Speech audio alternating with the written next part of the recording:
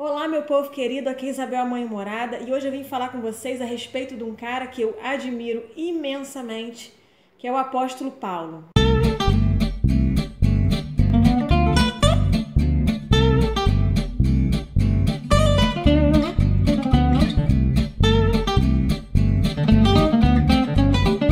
Lendo o livro de Atos, mais uma vez, dessa vez me chamou a atenção porque eu estou lendo uma versão mais atualizada, e em vários trechos fala que Paulo animava a todos, né? E a gente vendo as várias versões da Bíblia, a gente passa por questão de abraçar, consolar, acalentar, vários verbos, né? Que nessa tradução atualizada falava simplesmente animar a todos. E aí, de tanto ver essa palavra animar, eu comecei a pesquisar essas ocasiões onde Paulo animava a todos, né? E para minha grande surpresa, em todas essas ocasiões, foram ocasiões onde ele estava oprimido, espancado, perseguido. E ele, né, ao invés de se lamentar, ele é que trazia uma palavra de esperança para as pessoas. Quando, na verdade, ele é que deveria, né, pela lógica humana, ele é que deveria ser consolado. Ele é que precisava ser consolado, ser animado. E, na verdade, ele é que trazia essa semente tão especial. A primeira ocasião, né, a gente vê no livro de Atos, fala predominantemente da vida do apóstolo Paulo, da sua conversão, né? Ele, em várias cartas, ele fala que ele é o que mais precisa de perdão, porque ele foi o que mais errou. Ele reconhece quão equivocado ele estava e ele morre de vergonha por isso. Ele sempre expressa isso, que ele é o que mais necessita da graça de Deus. Então você vê uma pessoa douta, inteligente, estudada, poliglota, mas ainda tem essa humildade interior, né? De sempre estar reconhecendo a soberania de Deus sobre a vida dele e o quão necessitado da graça de Deus ele é. Por mais inteligente, né, culturalmente que fosse, ele entende que espiritualmente ele é totalmente dependente de Deus. E é muito curioso isso na palavra. O primeiro trecho que eu achei interessante está lá em Atos 13:15. Quando ele teve uma treta lá com um tal de Elimais ou Elimas, não sei, que era um encantador, né, um feiticeiro, sei lá, que fazia altas proezas, lá, altas maravilhas, e era admirado por muita gente pelas proezas que ele fazia. E Paulo chega na cara do cidadão e fala: "O seu filho do diabo, cheio de engano e malícia." Paulo dá um fora no cara, confronta o cara, fala: "Você não vai parar de perturbar a obra de Deus, não? Você está confundindo." E aí dá uma confusão, gente, um bafafá tão grande. E aí, depois disso, né, depois desse bafafá, desse barraco todo, Paulo vai para a sinagoga no sábado, né, como era o costume. Acho que até hoje de aos sábados haver um estudo da palavra, né? Os mestres ensinam, os rabinos ensinam, como Jesus ensinou várias vezes também.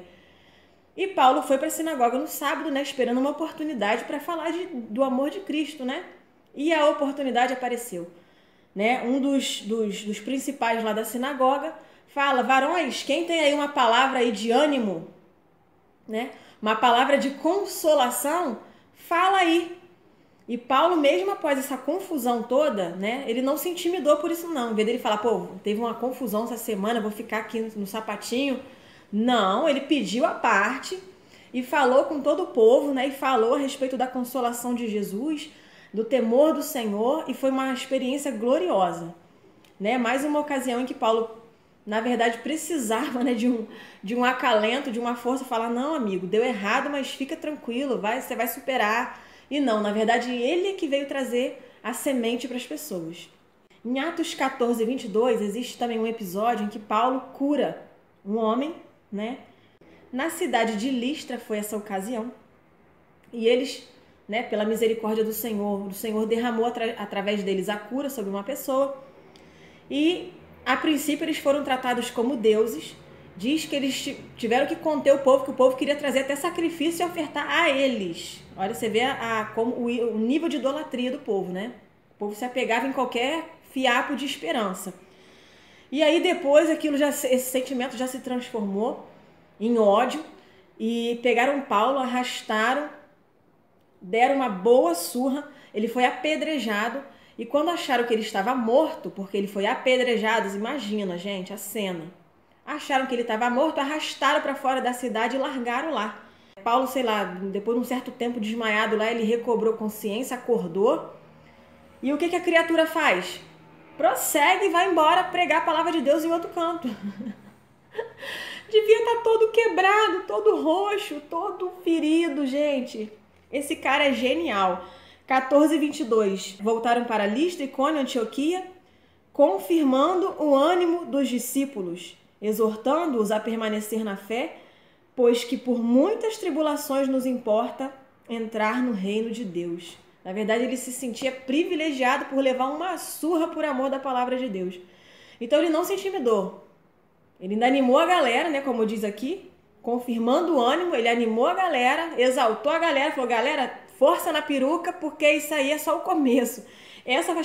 Isso aqui foi dentro da primeira viagem missionária dele só, gente, tá? Ainda nem tinha começado muito mal o ministério, ele já estava, apanhando por amor a Cristo e feliz por isso. Então, cara maravilhoso, cara gênio. Depois no 16:40, Atos 16:40, diz assim, e saindo da prisão, entraram em casa de Lídia e vendo os irmãos, animavam a todos e depois partiram. Ou outras versões falam, confortaram, consolaram. Nessa ocasião aqui nada mais é do que aquela oportunidade em que Paulo e Silas estavam na prisão, açoitados, espancados, né? E teve aquele sobrenatural evento que as prisões se abriram, as cadeias se abriram, teve um terremoto e eles conseguiram, né, salvar toda a família do carcereiro. E depois disso, né, que houve aquela confusão toda de ser solto, de ser preso, não sei o que lá, mais uma vez, Paulo todo quebrado, tem um encontro com os irmãos, né, e ele é que confortava o povo. Então você vê a resiliência e o caráter desse camarada, né, muito especial. Depois vocês leiam, vale a pena. Atos 16, Atos todo, né, gente? O livro dos Atos do Espírito Santo são realmente incríveis. Mas essa história é bem interessante. Eles expulsaram um demônio de uma menina, né? E a menina, ela era uma vidente e eles exploravam esse dom dela de ver o futuro, enfim. E não gostaram da menina ter sido liberta e acabou a fonte de renda deles, né? Então eles botaram a culpa neles e espancaram, levaram à prisão. E foi um episódio bem doloroso, né? O preço que eles pagavam por amor a Cristo. E no 20,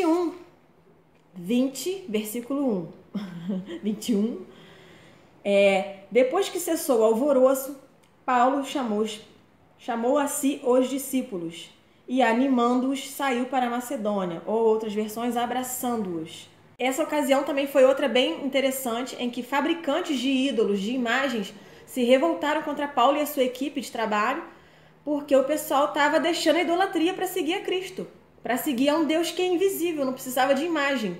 Então, meu filho, os artesãos lá de imagem, de escultura, se enfesaram, se juntaram àquela máfia e se revoltaram, resolveram entregar Paulo para as autoridades, né? Como se ele estivesse fazendo uma coisa gravíssima. Nessa ocasião foi uma confusão muito grande, pegaram os amigos de Paulo e prenderam, e Paulo queria ir lá defender, e outros irmãos falando, não vai lá não, que você vai ficar preso lá junto, pelo amor de Deus, não inventa moda não, se prender todo mundo não vai sobrar ninguém. E depois dessa confusão toda, né, uma pessoa sensata falou, gente, eles queriam matar a equipe de Paulo. E um sensato levantou e falou, gente, se a gente começar a se revoltar por nossa conta, o império vai vir e vai se vingar da gente, deixa esse negócio quieto pra lá. E aí dessas eles escaparam assim pela tangente, né? Mas ainda assim, Paulo, depois dessa ocasião, mais desse momento de terror aí, dele e da equipe de trabalho dele, ele mais uma vez, ele é que veio abraçar, consolar, trazer ânimo pra galera. Então, gente, que a gente possa aprender, né, com o apóstolo Paulo, apesar de ser uma pessoa para muitos controversa, né? Para muitos, ele estava só pagando por aquilo que ele já poderia ter feito com muitas pessoas. Mas que a gente não foque nisso, não, em questão de semeadura, sei lá. Mas que a gente foque justamente nessa questão dessa resiliência deles. No momento que ele está precisando de um abraço, fraco, espancado, humilhado. Nesse momento que ele está mais vazio, é o momento que o Espírito Santo usa ele para encher outras pessoas. Que isso possa acontecer também na nossa vida, né? Nós possamos, nos momentos de mais vazio, interior, de maior carência interior, que a gente possa aproveitar essa oportunidade para... O vazio é ótimo para ser preenchido por Deus, não é verdade? Então que a gente possa aproveitar esse momento de vazio, de tristeza, para pedir que o Espírito Santo venha inundar o nosso ser, para que a gente seja canal de bênção para outras pessoas, tá bom? Um beijo para vocês e tchau!